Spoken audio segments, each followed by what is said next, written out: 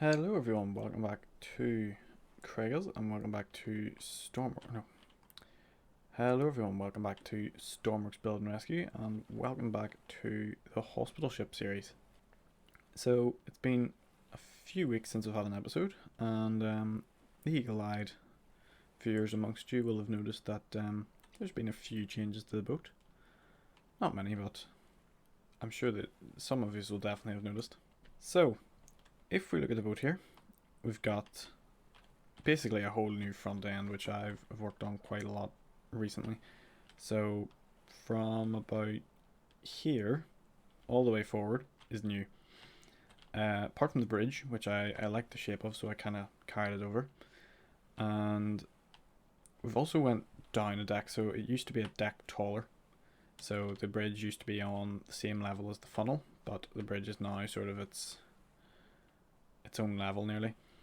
We've still got kind of the same arrangement inside, except that the main floor is now a bit smaller inside, but it's not sort of significantly smaller, so it's not too much of an issue. If we just go here and open our door, you come in same way, and you've got all this space here as like a kind of main floor of the boat. Originally it went a bit further forward, but that space was kind of unusable anyway because it was right in the bow, so you were kind of stuck with it being all different corners and stuff, whereas here we've got a bit of an easier place to work with. We've now got less floors as well, so if we just go up the crew staircase, which obviously got a bit damaged in the copy and paste, so I'll need to fix that. If we go up the crew staircase, that brings us up 2 decks. The other staircase is still here. That brings us up 2 decks to the bridge, which I've kind of started to put stuff in, but that's what we're going to be sort of focusing on today, is getting the bridge in and getting stuff kind of functional. Then back here will be kind of the captain's cabin and then some offices and that kind of thing, and this will be basically where the ship is run, so offices for the captain and like the hospital people as well. So this will be purely an administrative area, and then all the patients will stay downstairs. I probably should actually remove this area of the staircase because it'll only be the crew staircase that will go up that high, and also the lift won't go up that high either. The lift, if we just clip through the wall here, is still in this place. Haven't quite put it in yet because I'm still not entirely sure what way I'm going to do that.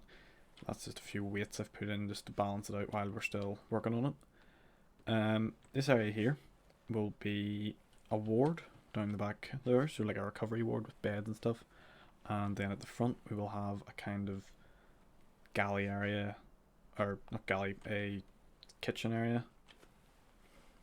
Then up at the front here we'll have like a galley canteen area for patients, so basically that's for recovery and then getting food for the patients as well. This floor, as I said, is just entirely sort of urgent care, so like people coming in. Then if we go down to the next floor, we have one more floor to go down. So this floor here, this floor here will be more sort of patient stuff, so storage for hospital supplies, and then possibly some operating theatres as well, that kind of thing. And then down here is the tank level and the engine room level, so we have sort of the beginnings of the Keel Tunnel. This little hatch here actually leads all the way up through the ship, so it's like a sort of emergency access.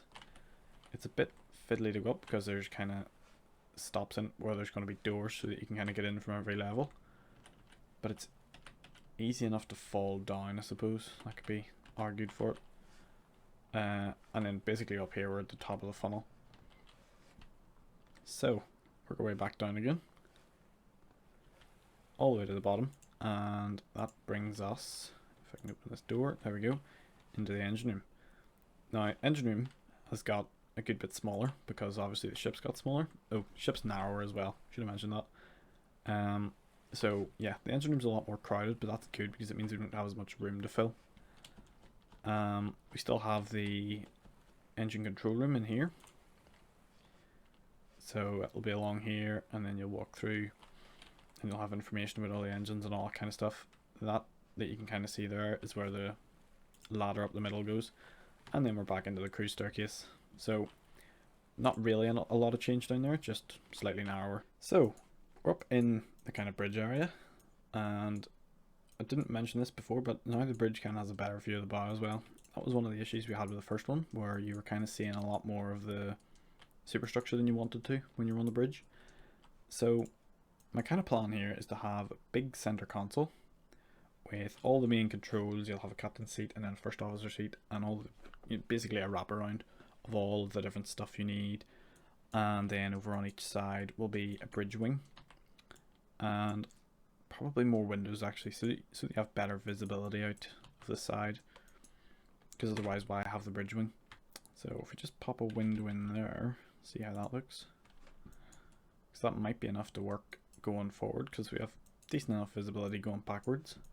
This bit's going to be a bit tricky because it's wedges instead of sort of norm, although they don't actually need to be there. We could change them out for something else. Well, not there because that's where the nav light is, but elsewhere we can do that. So could have a big window there. Yes, we'll do that instead. So big wide window here. That's the nav light. We've got two of them actually, and we'll fill this in here. Alright, so there's a few more windows added in then, to just give us a bit more visibility towards the bow. And I think our bridge wing control panel is going to sit about here, so it'll kind of fold out of that wall, or possibly even here maybe. Just depends, because you're not going to be sitting down at the bridge wing, you're going to be standing up instead of the way you're going to be sitting down over here. So because of that, it doesn't need to be in a kind of convenient position so that you reach around with a seat.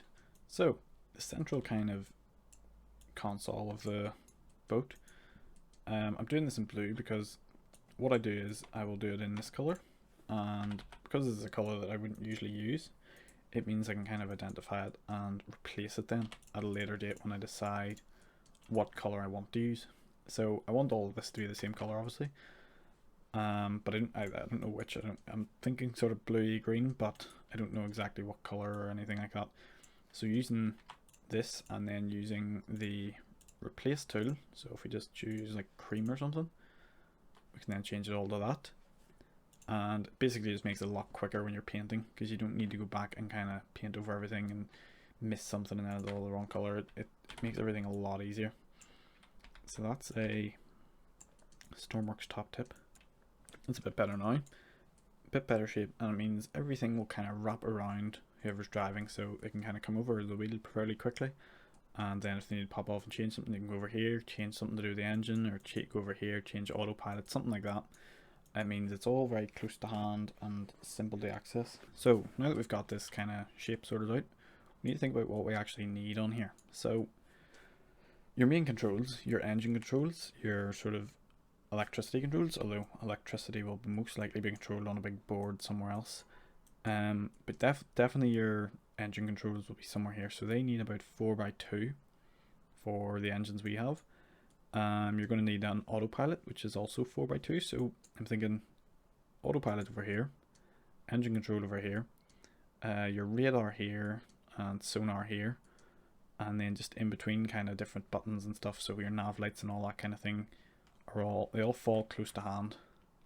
That's kind of the key. So if we look at how this is kind of shaped already, we can pop one of them in there, and then we can have screens. So we can have screens then in here, and then across, and we'll use something like a 1x2 if we have any There we go. We'll use the 1x2 here to kind of stretch it out a bit, and then we can add it into the screens over there.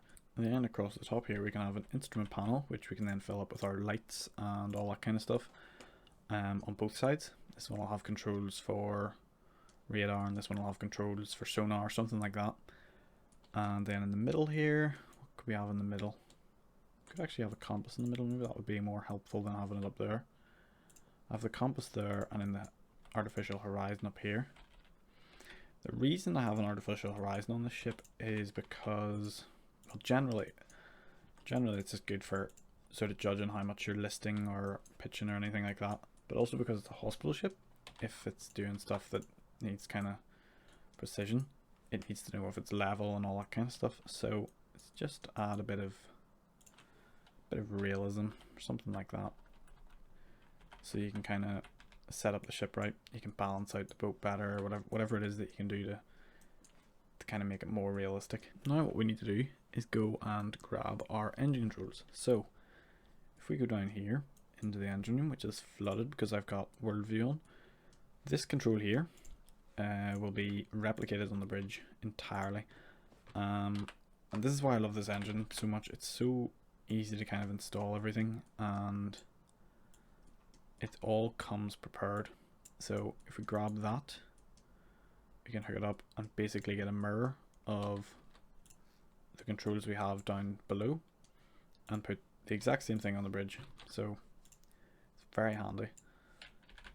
Just flip it up the right way and pop it in there, and the other one for the other engine, and we're done. It's literally as simple as that, and now we have the engine controls in. Obviously we need to hook it all up and all, but that's kind of, that's it at its simplest form. I think up here we'll have a button for instruments, so that'll turn everything on. Or maybe one for like a key actually would be better maybe. Because you see some boats with a key. I don't generally use keys, but I don't know, sometimes it's good. Instruments. Or bridge systems maybe would be better.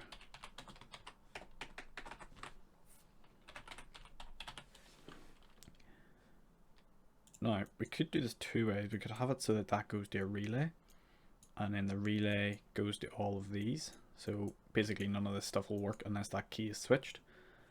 Or we could just do it that lights everything up and turns everything on.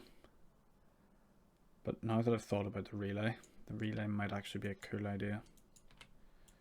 So if we just cut out a wee bit in the middle here and grab ourselves a relay. Now this is good because the relay you can kind of put here and it doesn't look out of place necessarily. So it's handy for that. So if we take that from there to there, and then all of these panels and stuff like that can all go over here. And there.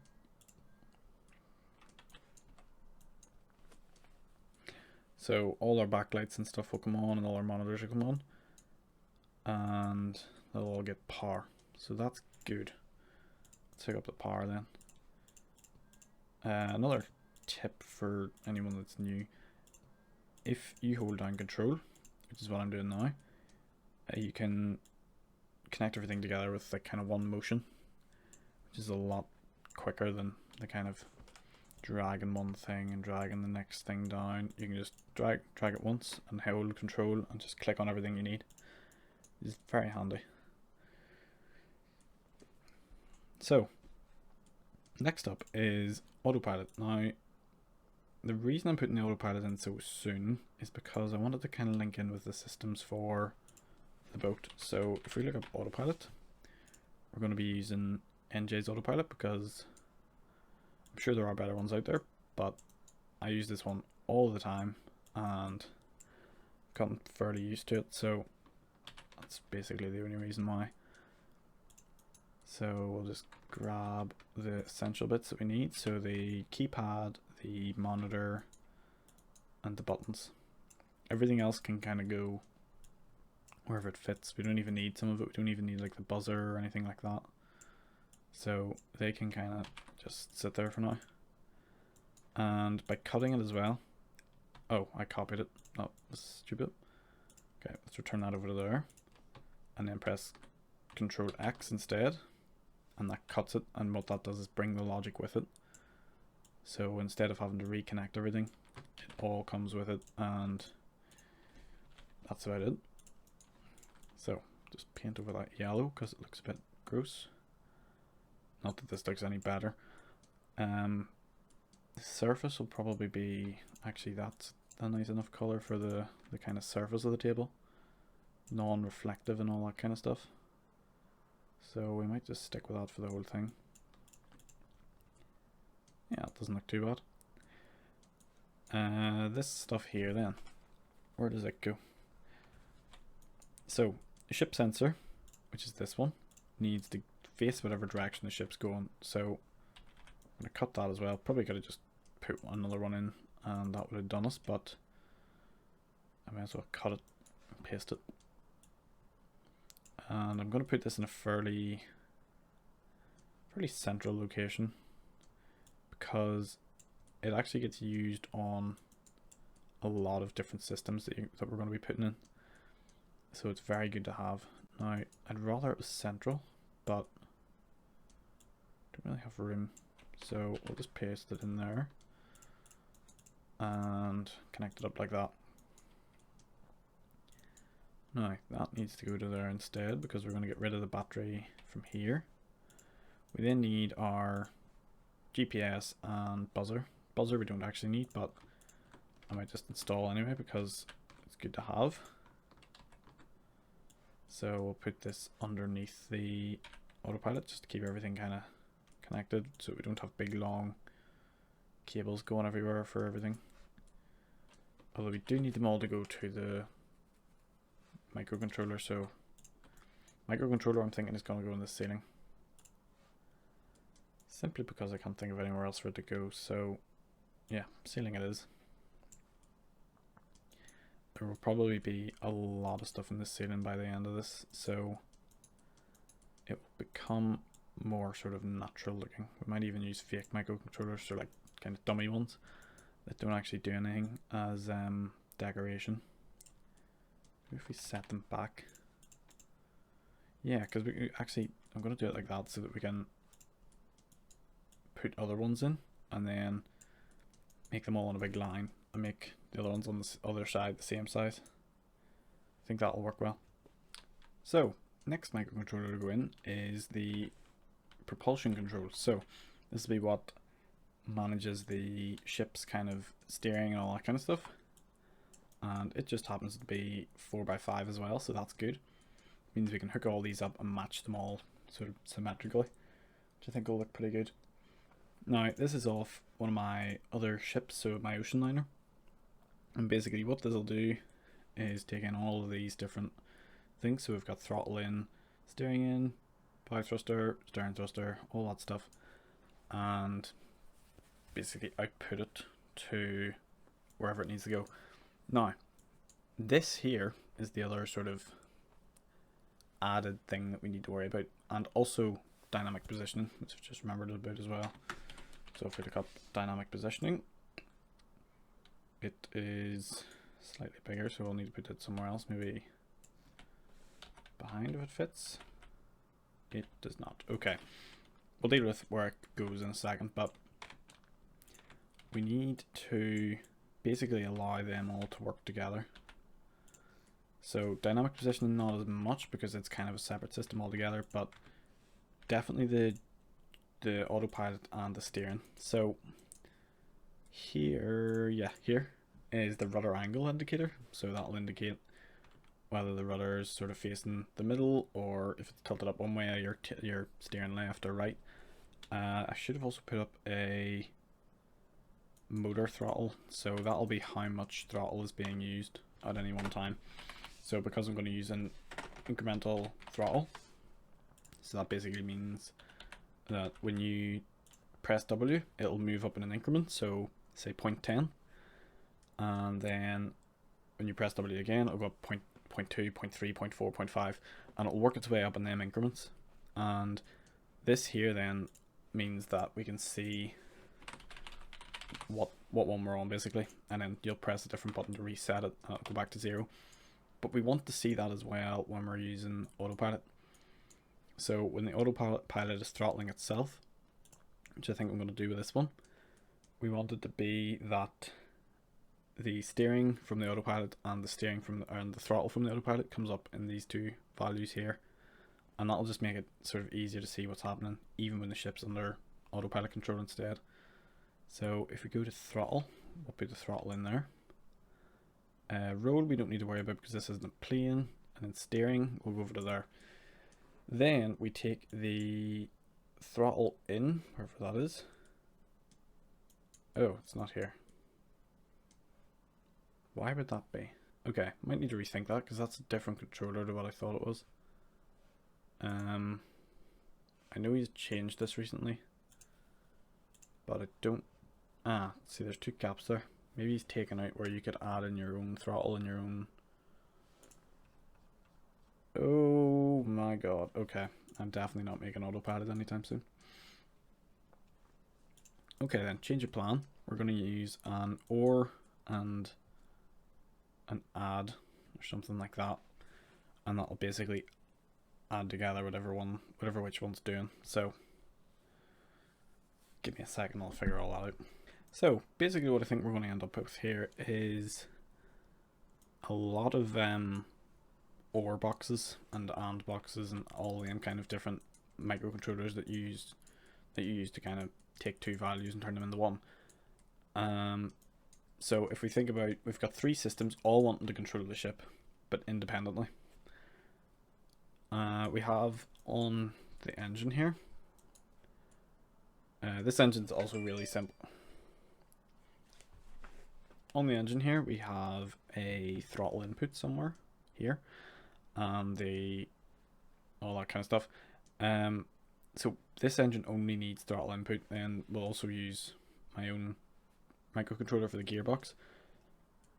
And basically we need to then kind of work out what is going where. Now, it gets difficult because the dynamic positioning works best with electric motors.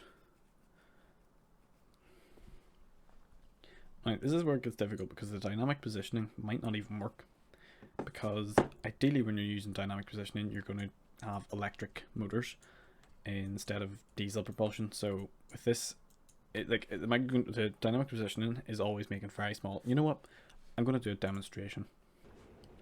Alright, so here we are out in the middle of the ocean, miles from anything, on board Tar Heel. So this ship here, link in the description by the way if you want to check it out. This ship here uses a dynamic positioning made by Faulkner. So this will be the same one we're going to use in the hospital ship if we can. So currently you can see we're steaming along at 8.3 knots, and also this boat has the motor throttle because it's the same throttle control. So if I press W, it goes up to 60, press S, it goes down to 50, press 1, resets, and then you've got rudder angle, or pod angle in this case because this uses azimuth pods. Now if we press activate dynamic positioning, you can hear the motors revving down way down because they don't need to be running at all basically.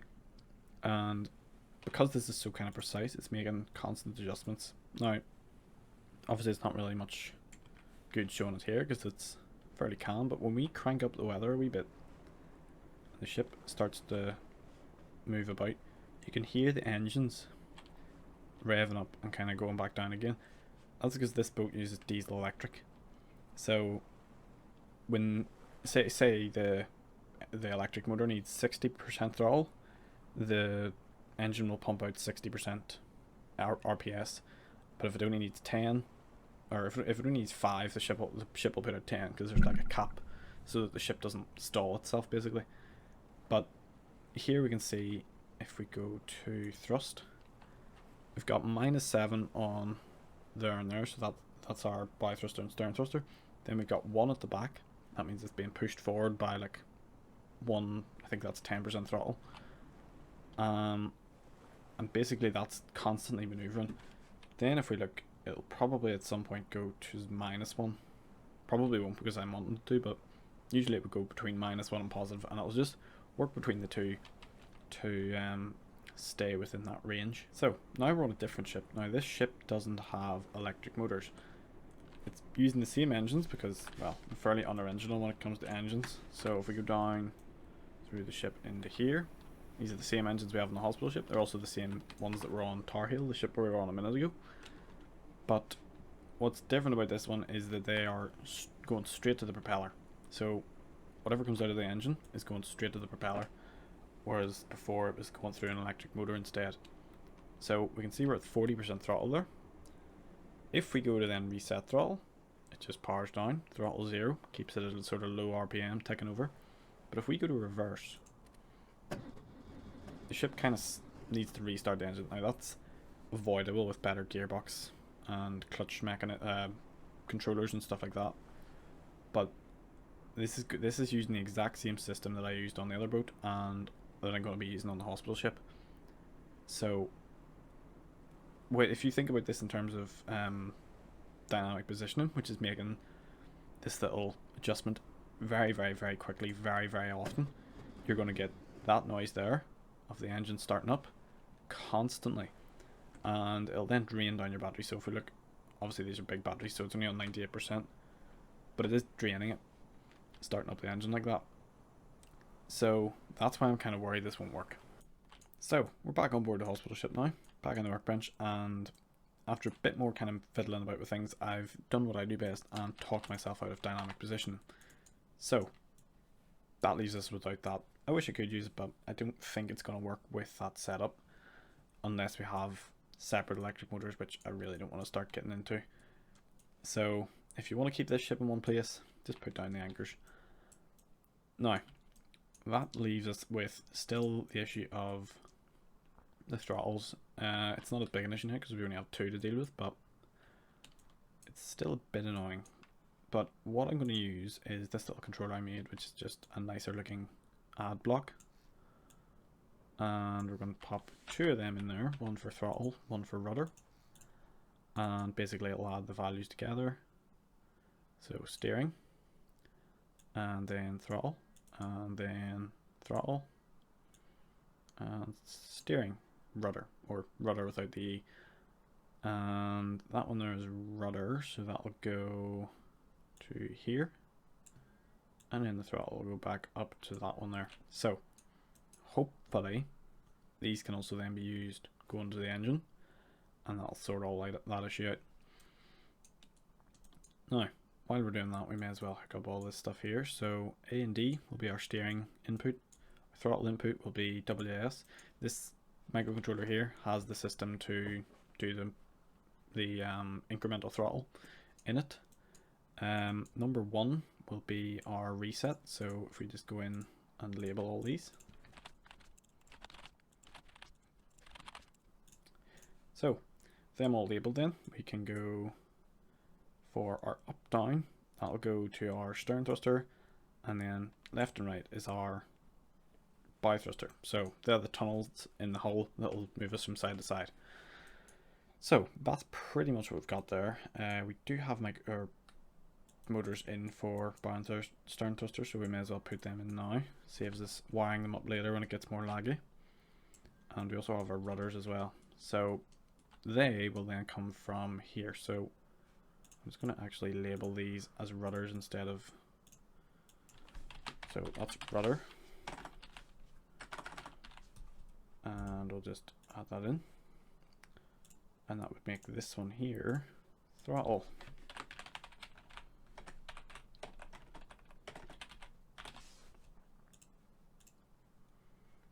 So these are now nicely labeled. We can take our throttle add and our rudder add and take them back to here. So we're starting with the rudders because why not? So that's our steering then sorted. Then before we can do our throttles, we're not going to do the throttle directly into the engine. We're going to use this engine clutch controller. So this is one that I made quite a while back, designed for smaller boats, but it works the same. It's the same kind of principle with all boats. So we'll just pop that up in the corner to keep it sort of neat looking, and we'll get our throttle there to to WNS in. As I say, it's from different boats, so... Oh, wait, no. This is a separate controller. Throttle in is what we need. Where's the WNS then? Okay, never mind. Turns out that is an adjustment I made a while ago so that it would suit a different boat better, but we can still work it without the WNS. So we put our 2 throttles in, and then our reverse, which will go into gear when we have a negative throttle. So that'll go down to our gearbox, which I need to put into -1, I remembered. So we'll just do that now before I forget, because I always go to test the reverse and it doesn't work because I haven't put that into the -1 ratio. And then we'll take our clutch output to our clutch, and then to this one as well. Then our engine throttle will go into the engine throttle on top of the engine. And pretty much that's us done. So I think theoretically when we spawn the boat in, we're going to have to use infinite electric and infinite fuel, but we should have full control of the boat from this helm at least. And actually our autopilot might work as well. It should do, shouldn't it? Guess we test it out. There she is, looking very pretty, and I've just realised that's... I must have done the blue colour that I was using for the bridge console as the same colour for around there. Must change that at some point. So, let's hop on board. That's not going to work because we don't have infinite fuel on. So let's get infinite fuel, infinite electric, and we'll head up to the... Actually no, we need to head down first. So we actually need to go into the crew staircase, because I haven't hooked up the remote control from the bridge for the engines. So we actually have to go all the way down and open or turn them on that way. So start engine and start engine, and then back up to the bridge. Alright, so now that we're on the bridge, these won't show us anything because we don't have them set up, but if we turn our bridge systems on, everything will light up at least. The monitors don't have anything going through them. That should have lit up, but it may not be connected. Okay, so we can try it without the monitor anyway. I don't know what's wrong with the monitor. Actually no, let's try... There we go, it's just firing into life. Oh, it's just quick. The rudder... Ooh. The rudder is not having a good time.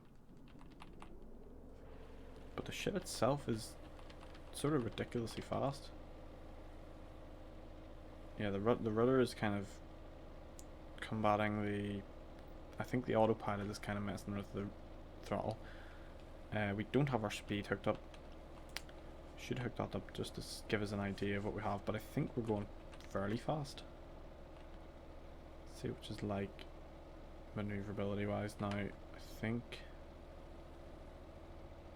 Oh yeah, the rudder is not having a good time at all here. I think we're also peaking the throttle as well, so it's going above 1. It shouldn't go above 1.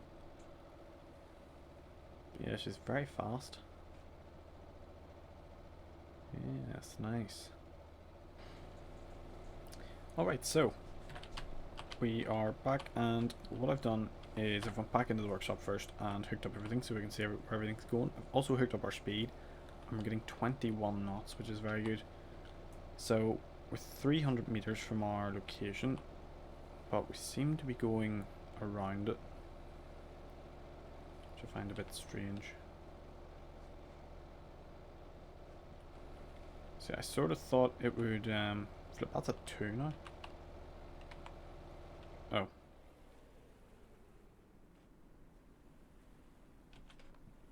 Was that because I did that, or was that because we've reached our destination? So if I was to move our waypoint over to there and update it. So clear all navigation, turn the waypoint on, then takes us over to this one. See if it does the same thing. I definitely need to change how aggressive the speed is, because that's full speed on autopilot. sort of thinking we might do it so that there's a way to turn off the speed override, or like override what it does for speed. It also seems to miss the waypoint a wee bit. It's kind of adjusting itself. It looks like it's turning. It's on 30 degrees. So it's kind of going around the waypoint. But close enough, I suppose.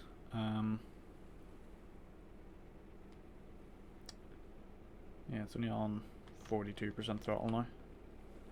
I might cap it at like 70% throttle, just so that it doesn't kind of overspeed the engines. But we do appear to be going completely past it, which is a bit worrying. I also can't zoom in or out. I must have messed up the composite on this. So, let's turn that off. Or not. Autopilot still seems to be taking over the boat. Okay. Getting kind of worried then. Why won't you turn off?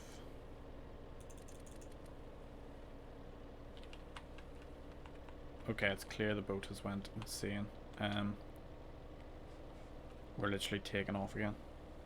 It's up to 86. Oh my god. Alright, so we're back on board. And turns out there's a new version of this GPS that I didn't know about, so it works perfectly now. So now you can see we're getting 1.5 throttle. We need to cap that in some way, but that's not what's important. What's important is when we turn off autopilot, the ship goes back into our control. I'm just going to set a waypoint a bit closer to us so it doesn't take so long to get to it. And we're going to put that in there. Oh, no, we need to clear all of them first. Okay, there's our waypoint, and that is 98 meters away. Hopefully then we get right up beside it and the engine will knock off. Or we will sail directly past it. Actually, I need to turn off. There we go, we're turning as well actually. We've got proper turn now, we're turning around to come back around the mark. So there's our mark there.